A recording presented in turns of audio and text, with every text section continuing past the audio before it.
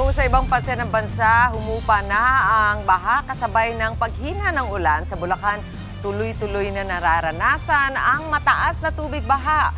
Bunsod pa rin ito ng epekto ng habagat at high tide sa lugar. Yan ang tinutukan ngayong araw ni Traffic Tito Mondi Lopez live mula sa Kalumpit, Bulacan. Tito Mondi, good morning. Ano nga ba, gaano bang kataas ang baha dyan?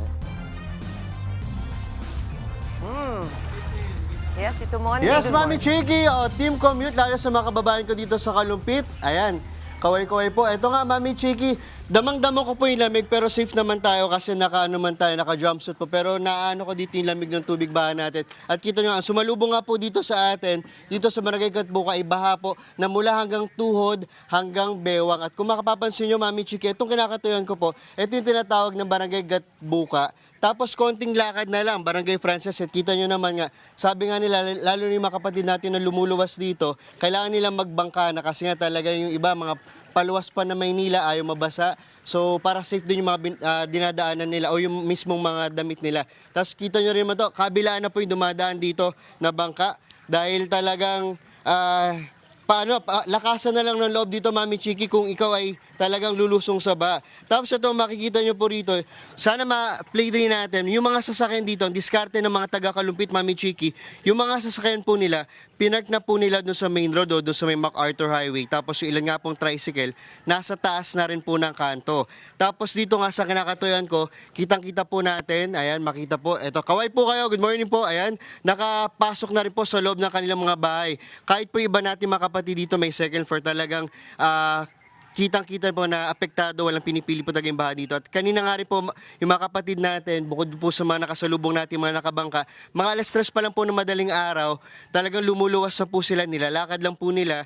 Tapos yung iba po natin na kapatid rin natin na sumasakay po sa tikling. Kami kanina rito, itong kinakatuyan ng aking team ay nasa isa kaming tikling. Yung tikling po, Mami Chiki, yung modified tricycle na nakaangat para hindi po agad mapasok yung kanilang makina. Tapos dito po, dahil nga sa patuloy po yung pag-ulan, lalo kanina madaling araw, sana po wag mo na bumusul yung ulan. Yung habagat po kasi talaga dito, nag-announce na po yung LGU ng Kalumpit na wala pong pasok ngayong Martes nga sa lahat po ng antas po ng public at private schools dito sa Kalumpit. Suspendido rin po yung pasok sa mga tanggapan ng pamaalang bayan po natin.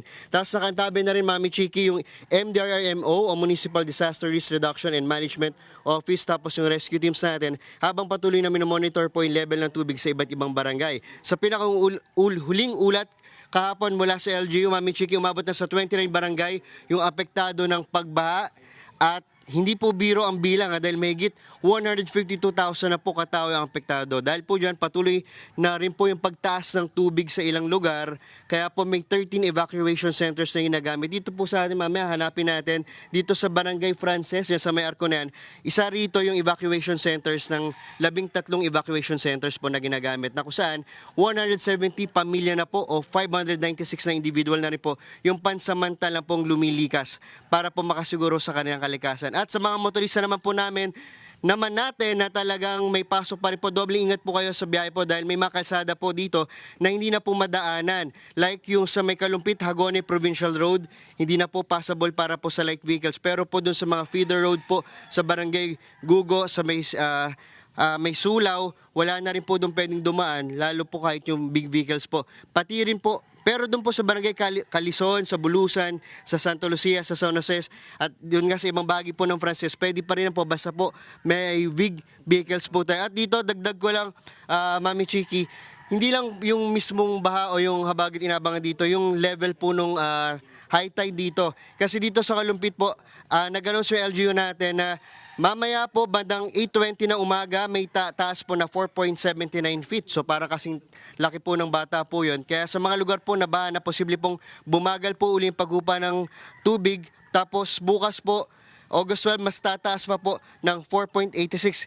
Kung titignan mo, Mami Chiki, mamaya 8:20, 4.79 feet yung tataas po nung yung tinatawag na high tide. So bukod dito, sa hanggang bewang natin, kung atras ako, plus 4.79 feet pa. So ganun kataas, kaya talaga naman yung mga natin apektado talaga dito. So muna natin live update mula dito sa Kalumpit, Bulacan.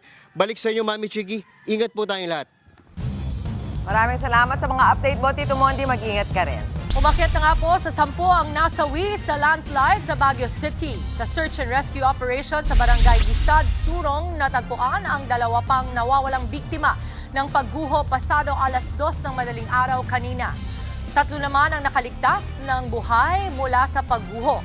Sa ngayon, wala nang nawawala mula po sa landslide.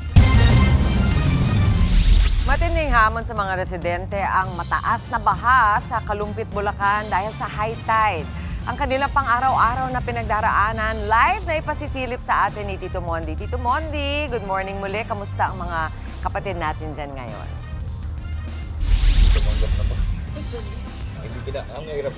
Yes, Mami Chiki, nandito tayo ngayon sa Barangay Frances sa Kalumpit, Bulacan. Kung makikita yung Mami Chiki, mukha lang siyang mababaw kasi nga medyo tinasa yung daan dito. So hanggang tucha. Pero paglalakad tayo, mabilis lang.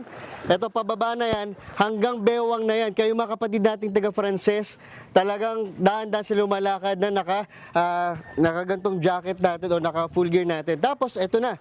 Live natin makausap itong mga taga Frances natin na mabilisan lang din. Sir, baka may gusto kayo shoutout bago kami mag-bahay raid. Shoutout ko po pala sa mga engineer ng flood control ng Kalumpit, Bulacan. Eto, lubog na naman kami. Maawa naman kayo. Sir Dison, thank you. Pagka tinuloy niyo mo ang dito, ang flood control, thank you po sa iyo, Sir Dison. Okay, salamat po. O ito, Mami Chiki, kasama natin si Sir James. Maraming salamat. Si Sir James, taga dito po siya sa Frances. Ilan taon na pa kayo dito nakatira, sir? 18 years, 2008, since 2008. Ayan, sir, mabilis ang baha. High raid tayo. Ito, makikita natin ito, Mami Chiki. Yung mga motor nila, scooter nila, is ang discarding ginagawa ng mga taga Frances. Yung case ng soft drinks beer, pinapatong nila. Tapos sabi nga nila, Mami Chiki, kapag tumaas pa to dahil sa high tide, wala na silang magawa, kundi hayaan na lang nila na mabaha. Ito, papasok tayo, sir. Papasok po tayo, patuloy po tayo. Ito, e-bike nila, sir. Nakaano na rin, nakataas. At ito, mga Mami Chiki, pababa tayo, pababa. So, ingat po tayo. Teka, mataas. Baka pala. Biglang bumaba, di ba, Mami Chiki? Kita nyo? Ayan. Sir, tawang-tawa. Tawang-tawa. Ganito kataas, Mami Chiki. Ang laki, di ba? Mula, kasi nga yung kalsada natin, Sir James, di ba? Tinaasan. Pero pagdating dito, yung mga taga-Frances, syempre hindi naman lahat kaya magpataas rin ng bahay. Tapos makita natin, pasok tayo dito. Yung makikita natin dito, Mami Chiki, kita nyo po? Tara, pasok lang tayo. Yung kanilang, ito yung parang pinaka-terrace po ninyo, Sir James, no? Ayan, tara po. Hintayin na natin makapasok. Dahan-dahan po. Dahil biglang taas. Kita nyo, Mami Chiki, yung mga gamit nila, nakapatong na lang din sa mga lamesa. Tapos yung mga sapatos. Tapos ito, maganda dito yung ref natin. May mga ref dito. Sir, ayan, di ba, nakapatong. So, bago... May mga bote nakakalat sa ilalim. meron din, sir. Ba't may mga bote, sir? Ayan. May mga mga nagbagsakan eh. Mga nagbaksakan. Oo. Tapos may washing machine nakapatong na. Tapos sampayan nila, dito nyo na, no? Hindi naman affected, medyo mataas pa.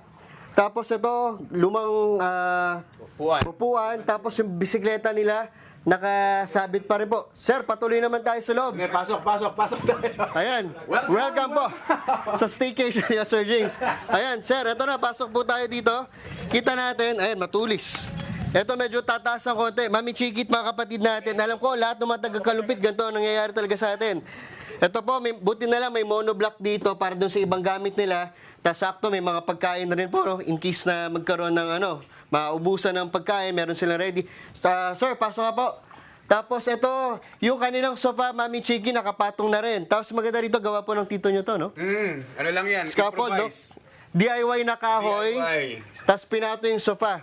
Ang mahirap kasi dito, Sir James, sa amin kasi sa Bulacan, sa Kalumpit, kabilang barangay naman, ang mga kahoy namin kahoy. Kaya madalas kahit ibabad na lang namin, kaya hindi siya namin iisipin. Ito mga foam, ganito, kailangan ipatong siya. Tapos mabilis ang pakita natin dito. Ito yung kwarto nyo, sir. Pasok po kayo, sir. Kwarto ng inyong anak. So ito sa kwarto ng anak, medyo tumaas din. Nakasabit na lang dito, Mami Chiki, yung mga gamit, yung mga bag, at bukas pang aircon, naka-aircon. May aircon pa. Nakalimutan ko patay. Naka-aircon dito, Mami Chiki. Nakalimutan ko patay. Ang lamig dito, malamig na yung tubig, may aircon pa. Tapos ito, Mami Chiki, buti may double deck. Yung double deck, yung nagsisilbing patungan rin ng mga gamit nila, Sir James, at ng kanyang mga anak. Yung mga anak nyo po, nasa nga pala? Andun sa lola nila. Sa lola, kasi madalas sa atin dito sa Kalumpit, mga taga-compound yung ating pamilya. At ito yung kubeta, Mami Chiki, pasilip na natin, live na live. Hindi mo na makikita kung nasaan yung, ayun, medyo kita pa natin, ito yung kubeta natin, ganito sitwasyon natin. Yung kubeta, lubog na. Tapos yung lababo, ayan, ganito katindi. So, naku po, mga kapatid, talagang tataas pa, di ba? So, lubog na po yung bahay dito nila Sir James. Tapos dito, babalik tayo, pasilip lang natin mabilis, patras pa natin camera. Sir James, daan to na tayo sa may kusina ninyo naman. Yung kusina naman ni Sir James din, gano'n din. Talagang pag bahat agad, di mo naman alam kung nasa ng sala, kung nasa ng dining, nasa ng kusina. Ayan, so ganyan katindi, Mami Chiki. So sa mga kapatid po natin sa Kalumpit, Sir James, mukhang magpapayam na po tayo. Ingat po muna tayo ha. Yan muna ang natin live update mula dito sa Kalumpit. Balik sa inyo dyan, Mami Chiki. Alam mo, Tito Mondi, hindi maganda ang kalagayan ng mga taga-Kalumpit, Bulacan. Pero hindi rin namin mapigilan matuwa at mabilib sa kanilang para-paraan at kung paano ang ginagawa nila para maging ligtas pa rin ang kanilang mga gamit. Maraming salamat sa iyo, Tito Mondi. Mga kapatid, Mondi Lopez po, manatiling updated sa lagay ng trapiko sa mga pinakaabalang kalsada sa Metro Manila. Mag-follow at subscribe na sa social media pages ng News 5.